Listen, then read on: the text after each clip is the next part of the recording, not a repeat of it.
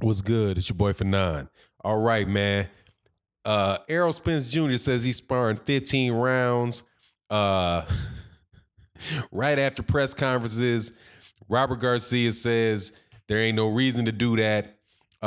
Looking at how Errol Spence Jr. is looking in the press conference, looking how Mikey Garcia is looking at the press conference, man, listening to what they're saying. Mikey Garcia, Errol Spence Jr. is talking about fighting Manny Pacquiao next. I know Terrence Crawford fans ain't happy about that. So I'm gonna talk about it. I'm just gonna share my thoughts on those subjects, man. Before I do, though, I want to welcome you back to the channel. If you are subscribed, thank you so much for being a supporter of the channel. If you're not subscribed, I hope you accept my invitation to subscribe and hit the bell icon so you can be notified when we release more videos. Also, do live streams sometime right between 10:15 and 10:45 Monday through Fridays, depending on when the show that goes on before they're able to wrap up. They got a lot of viewers there, so sometimes they run a little late. So whenever they get done, I'll be on right after them. And that's Trill Bison Talk, by the way. Also, check out the Patreon. Now, let me go through this, man. Okay, Errol Spence Jr., Mikey Garcia had a press conference, and I'm watching this press conference, trying to see what I can get out of it, because neither Mikey Garcia nor Errol Spence Jr. are the type of guy to give you a lot of inflammatory stuff. They're not gonna oversell it. It's going to be similar to the press conferences that took place between Errol Spence and Lamont Peterson, or Robert Easter and Mikey Garcia. These guys are very intense, very professional cats. And I think Errol Spence Jr.'s personality is just very, very mellow. When he's not being intense and trying to beat the brakes off somebody, the cat's very mellow. So I'm looking at him. I'm looking at how they're built. First of all, man, you can tell that Errol Spence Jr. is in just in prime shape, man. That dude looks extreme. He looks lean.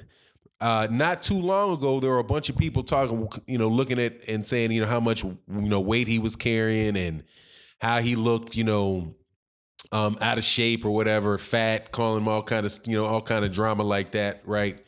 And Errol Spence Jr. looks like he in the press conference he said he's in the low 150s, and Mikey Garcia face looks real full.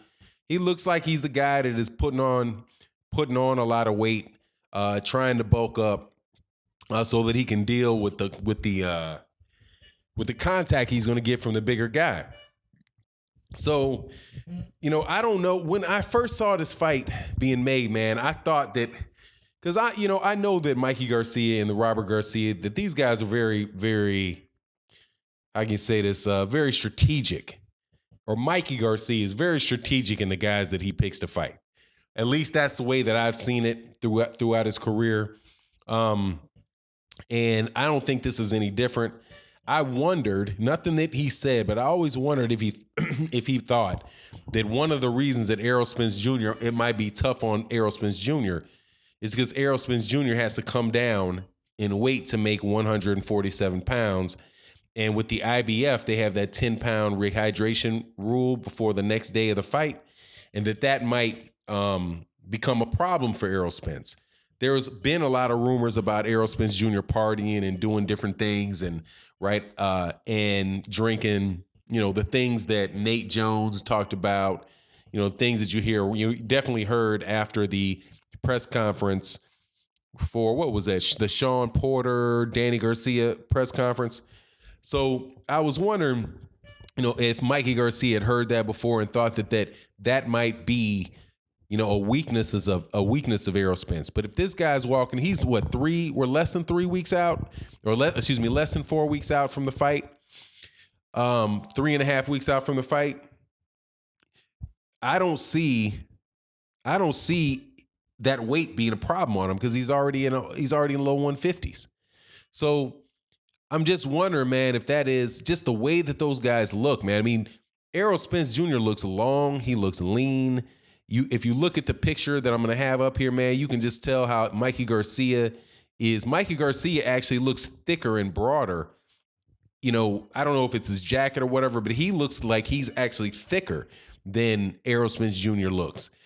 But if you look at where the top of the hairline from Mikey Garcia got an extra inch of hair on that head, and Errol Spence Jr. does not. So, if you take away about another inch of that hair away from Mike Garcia, you'll see that cat is really, Errol Spence Jr. is looking at the top. His eyes are damn near looking over the top of the head of Mikey Garcia. But we already knew the size advantage there, but the conditioning issue, if he faces not just a size issue, but a conditioning issue, then, man, there could be a lot of trouble. Now, there was a question that was asked of Robert Garcia because when he said, look, did you hear the reporter? I think it might have been ES News. But I can't remember who it was. I'd love to give them their credit for doing it.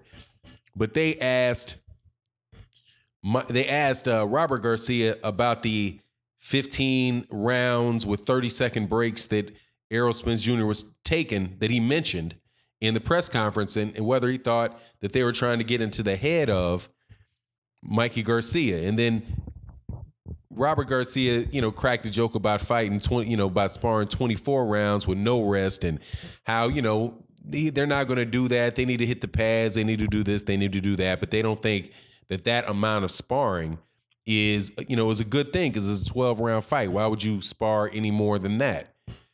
And my thought was for conditioning, for actual conditioning.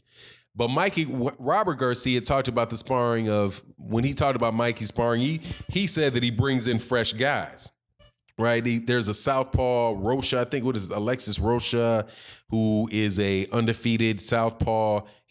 Robert Garcia said he's a middleweight. He fights at welterweight, but maybe he's a big guy listed at 5. He's listed at 5'10". He didn't look that big, but southpaw, strong puncher, and then he listed a couple of the other sparring partners that they had, and but said that they he just keeps them fresh, fresh sparring partners. And I thought to myself, I doubt very much that Errol Spence Jr. is fighting one guy for 15 rounds.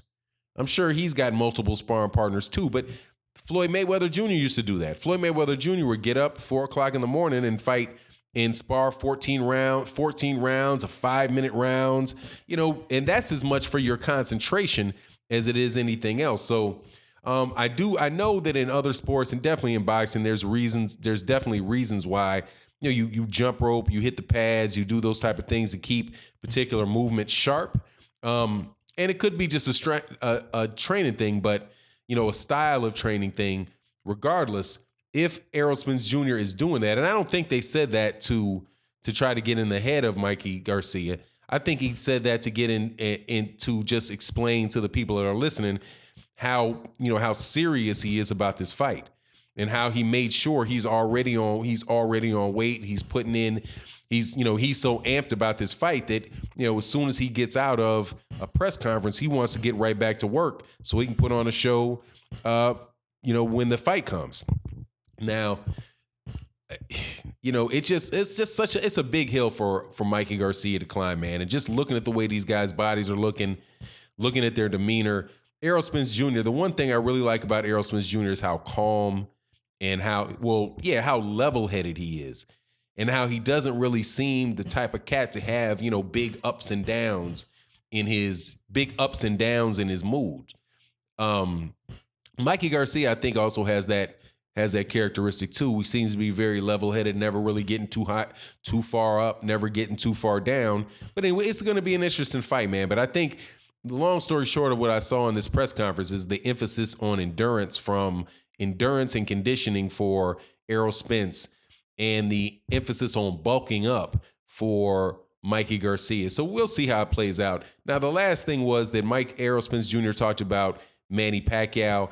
He didn't mention Terrence Crawford. Cats on my channel came, commenters came, subscribers came, and were not too happy about that during the first interview that they had. I think the first interview might have been in New York, but the second interview, which was in Dallas, Errol did the same thing. But look, man, after this the way the Tyson Fury and Deontay Wilder negotiations are going down, man, I don't think anybody should be surprised if people ain't, if people from the PBC aren't trying to, jump over tables to negotiate with Bob Arum. And that's one of the things that Robert Garcia talked about with Mikey Garcia and why they didn't fight Lomachenko. And he said, look, man, we don't think that they're going to make the fight for 2 years. They're not going to make that fight until it's absolutely positively necessary. And that could be several, that could be 2-3 years down the road. That's the MO of Top Rank.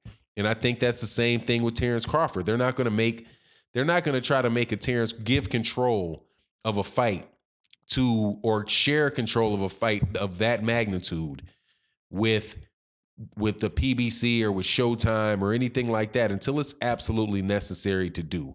Other than that, the MO of Top Rank is to have them fight lesser competition and keep their streak going, build them up, and, just keep the engine rolling versus gambling it all on one shot, And I just think that that's a fair assessment of Bob Arum and the situation. And then if you have all this money in-house, and you can do back-to-back pay-per-views, hey, what's he supposed to do? What's he supposed to do? But anyway, we'll see what happens, man. But I definitely, with him calling out not calling out Manny Pacquiao, he's actually talking like the Manny Pacquiao fight can happen next, which is funny to me because Keith Thurman running around begging for that. But that's what you get when you don't fight, man. The world passed you by, Keith. World passed you by. Anyway, it is what it is, and with that, I'm out. Peace.